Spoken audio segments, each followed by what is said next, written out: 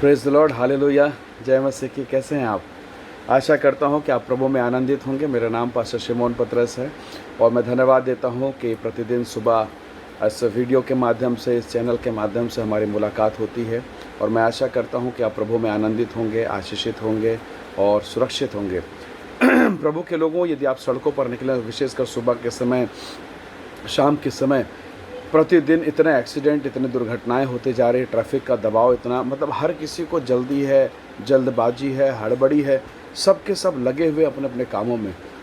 किसी को किसी का ध्यान नहीं, किसी को कोई मतलब नहीं, कोई रुक नहीं रहे, सब भागे जा रहे हैं। जब इन जीवन को देखते हैं तो ऐसा लगता है मानो सब कुछ को छोड़ के हम बहुत बहुत हमें तेज़ी से बढ़ना है, बहुत आगे बढ़ना है।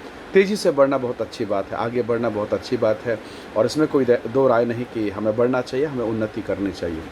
एक घटना मुझे स्मरण आ रहा था जो यूहन्ना के लूका के सुसमाचार में और उसके 10 अध्याय और उसके 39 पद में, 38 से लेकर अगर आप पढ़ें तो विशेषकर 39 पद में लिखा है, मरियम नामक उसकी बहन थी और वह प्रभु के चरणों में बैठकर उसका वचन सुनते थे। एक दिन प्रभु यीशु मसीह मरियम और मार्था के घर में आए। अगर आप लूका के सुसमाचार 10 अध्याय उसके 41 और 42 को पढ़ें तो परमेश्वर के लोगों मरियम प्रभु यीशु मसीह के चरणों पर बैठ के वचन सुन रहे थे और मार्था प्रभु यीशु मसीह के लिए भोजन पका रहे थे।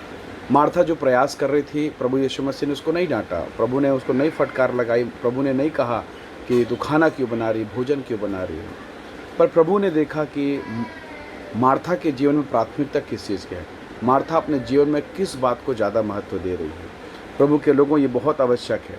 यीशु के जो कोमल शब्द पर ध्यान दीजिएगा। मार्था की अच्छी पहुनाई, मार्था की सेवकाई के लिए प्रभु ने उसे कभी नहीं फटकारा। पर मार्था ने जिस चीज़ को अपने जीवन में प्रथम स्थान दिया था, वो सोच रही थी कि मैं प्रभु के लिए भोजन बनाऊंगी, प्रभु थके हारे हैं, उनके लिए भोजन बनाऊंगी, वो भोजन करेंगे, प्रभु को अच्छा लगेगा।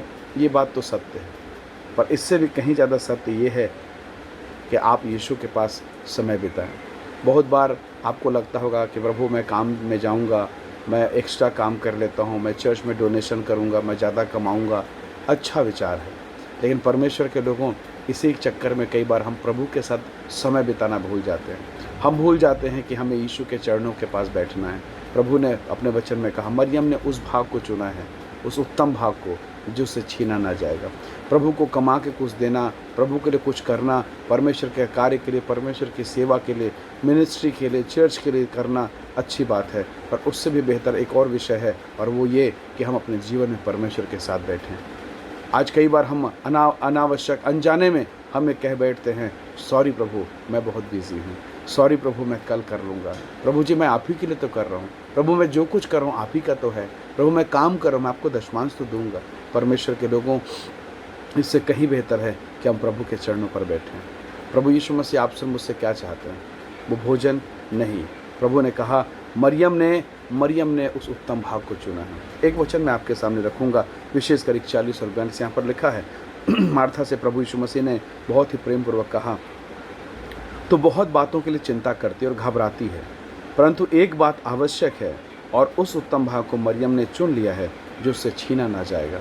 प्रभु के लोगों, हम कितनी बातों के लिए घबराते हैं, चिंता करते हैं, परेशान रहते हैं और इधर उधर अपने हाथ पैर को मारते हैं। कि आज की सुबह हम प्रभु से थोड़ी देर बैठ के बातचीत कर सकते हैं? कि आज की सुबह हम प्रभु को अपना जीवन, अपना समय दे सकते हैं? ये बहुत ज़रूरी है। परमेश्वर के लोगों, जब आप अपने घर को अपना समय देते हैं, अपनी पत्नी से, अपने बच्चों से बातचीत करते हैं, उनके साथ समय बिताते हैं, आपका रिश्ता मजबूत होता है। उस रीति से आज यीशु के साथ अपने रिश्ते को मजबूत कीजिए। मरियम के समान उसके पाँव पर बैठें और कहें, प्रभु जी आज मैं आपसे सुनना चाहता हूँ, मैं आपके साथ बातचीत करना चाहता हूँ। परमेश्वर इन वचनों के अंदर आपको बहुत आशीष दे। ज़िंदगी के भाग दौड़ में भाग तो सभी रहें, आप भी भागिए, पर कम से कम प्रभु के साथ बैठिए, प्रभु की बातों को सुनिए, परमेश्वर के साथ आगे बढ़िए। परमेश्वर आपके भागने में, आपके आगे बढ़ने में और आपकी सहायता करेगा। जो संसार से कहीं ज़्यादा आप आशीषित होंगे प्रभु के लोगों। इसलिए आइए अपने आँखों को बंद करें, प्रार्थना करें, प्रभु की उपस्थिति में चलें। प्रेमी पिता, धन्यवाद प्रभु जी, हम धन्यवाद देते हैं आज की सुबह के लिए, उस महान हिस्से के लिए जिसे मरियम ने पा लिया। प्रभु हमें भी बुद्धि दे। कई बार हमें मार्था के समान लगता है कि प्रभु ये सब कुछ तो हम केवल आप ही के लिए कर रहे हैं। कई बार घरों में मीटिंग होती है, कई बार पास्टर को बुलाया जाता है प्रभु जी, परंतु कई बार हम उन तमाम चीज़ों को करते हैं, वो आवश्यक है, पर उससे भी कहीं ज़्यादा आवश्यक आपके वचन को आपकी बातों को सुनना आवश्यक है। होने दीजिए प्रभु कि हमारे जीवन के अन्य और ज़रूरी और आवश्यक बातों में सबसे ज़्यादा आवश्यक हम आपकी उपस्थिति में आपके चरणों में बैठने को जानने पाएँ प्रभु जी। प्रभु हर एक को आशीष दें, हर एक भाइयों को, हर एक बहनों को, बेटा बेटी, जवान बच्चों को, प्रत्येक को आप आशीषित करें। आज की सुबह इनके जीवन में आशीष की हम घोषणा करते हैं। सारी महिमा देते हुए विनती प्रभु यीशु के नाम से मांगते हैं, आमीन आमीन। प्रभु आप सबको बहुत आशीष दे। थैंक यू इस वीडियो को देखने के लिए। स्वर्ग का परमेश्वर आपके जीवन को आशीषित करे। प्रेज द लॉर्ड, हालेलुया, जय मसीह।